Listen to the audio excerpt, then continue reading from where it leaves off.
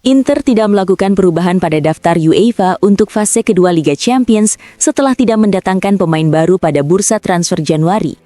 Dengan demikian, tidak ada pembaruan dalam skuad yang akan tampil mulai pekan depan pada babak playoff menghadapi wakil Norwegia, Bodo Glimt. Nerazzurri akan melakoni leg pertama pada 18 Februari di Norwegia sebelum gantian menjamu Bodo Glimt pada 26 Februari di San Siro. Satu-satunya pemain yang dilepas, Palacios, memang tidak didaftarkan sejak September, sebagaimana diingatkan La Gazzetta dello Sport. Berikut daftar resmi Inter untuk fase gugur Liga Champions. Kiper, Sommer, Martinez, Di Gennaro. Bek, Dumfries, De Vrij, Acerbi, Akanji, Carlos Augusto, Bisek, Di Marco, Darmian, Bastoni. Gelandang, Zielinski, Susic, Luis Henrique, Fratesi, Diouf, Calhanoglu, Mkhitaryan, Barella.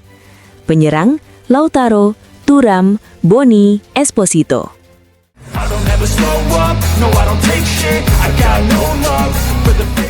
Inter memimpin Serie A saat ini terutama berkat fase ofensif yang luar biasa.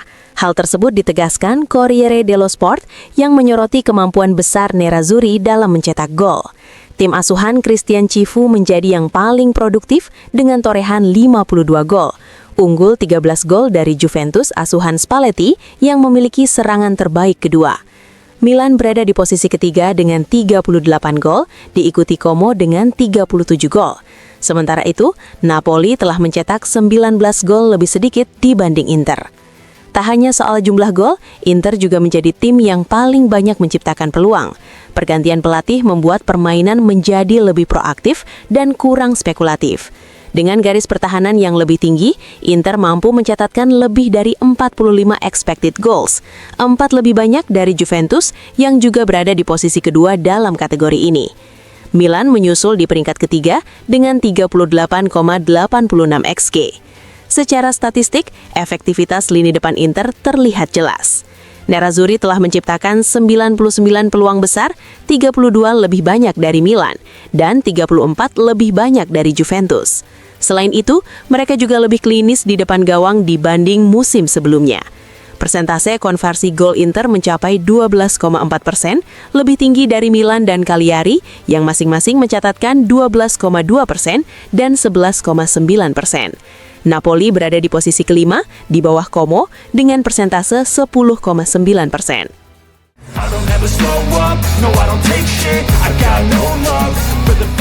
Pertemuan antara Sassuolo dan Inter di Serie A yang digelar di Mapei Stadium selalu menghasilkan pemenang.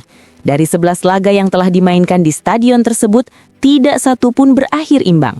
Catatan menunjukkan 5 kemenangan untuk Sassuolo dengan kemenangan terakhir diraih pada musim 2023-2024 lewat skor 1-0. Sementara itu, Inter mencatat 6 kemenangan, termasuk sukses menaklukkan tuan rumah pada musim 2022-2023.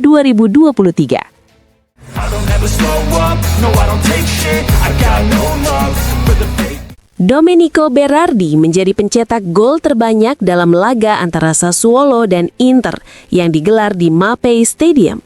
Penyerang Sassuolo tersebut telah mengoleksi 8 gol dalam pertemuan di kandang tersebut. Di antara pemain yang masih berada dalam skuad kedua tim saat ini, Lautaro Martinez menempati posisi kedua dalam daftar tersebut dengan torehan 5 gol.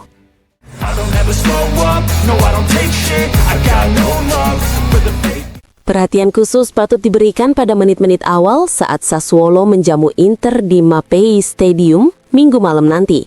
Berdasarkan statistik dari 23 pekan pertama Serie A, tim asuhan Christian Cifu menjadi yang paling produktif dalam 15 menit pertama pertandingan. Inter telah mencetak 8 gol pada periode tersebut, unggul tipis atas Sassuolo yang mengoleksi 7 gol, jumlah yang sama dengan Napoli dan Como. Pada pertemuan pertama musim ini, Nerazzurri juga membuka keunggulan pada menit ke-14 lewat gol Federico Di Marco.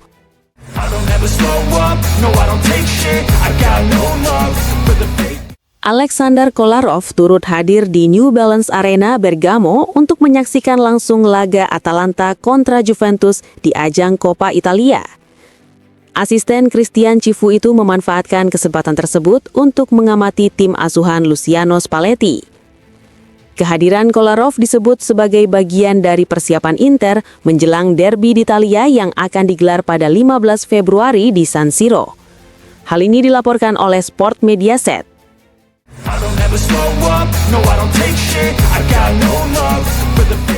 Kabar bursa transfer datang dari Jerman. Menurut laporan Sport One, Bayern Munich tengah memantau bek Inter Jan Aurel Bisek. Meski demikian, hingga saat ini belum ada kontak yang dilakukan dengan sang pemain. Klub asal Jerman itu sedang mengevaluasi opsi di sektor pertahanan, meskipun telah mendapatkan persetujuan dari Dayot Upamecano untuk memperpanjang kontraknya. Selain Bisek, Bayern juga mempertimbangkan nama Luka Vuskovic, bek berusia 18 tahun milik Tottenham, yang saat ini dipinjamkan ke Hamburg.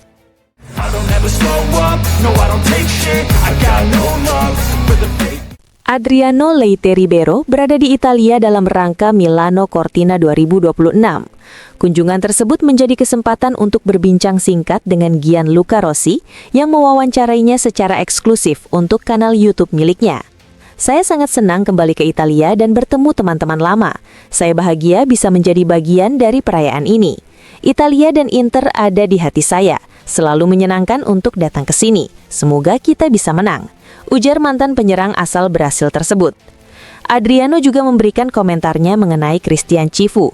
Itu sebuah kejutan. Kami pernah bermain bersama dan dia selalu menjadi pribadi yang baik. Senang melihat dia sedang mengangkat Inter, katanya. Terakhir, Adriano menyampaikan pandangannya tentang Pio Esposito. Dia bisa tampil sangat baik dan saya berharap dia bisa terus seperti ini.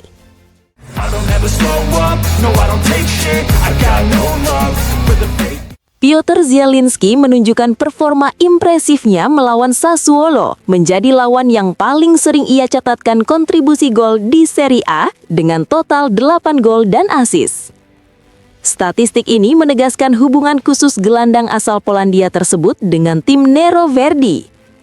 Setelah mencetak gol melawan Pisa dan Cremonese, Zielinski berpeluang mencetak gol untuk 3 pertandingan Serie A secara beruntun untuk pertama kalinya dalam kariernya, menambah catatan positif pada musim yang terus berkembang bagi sang pemain.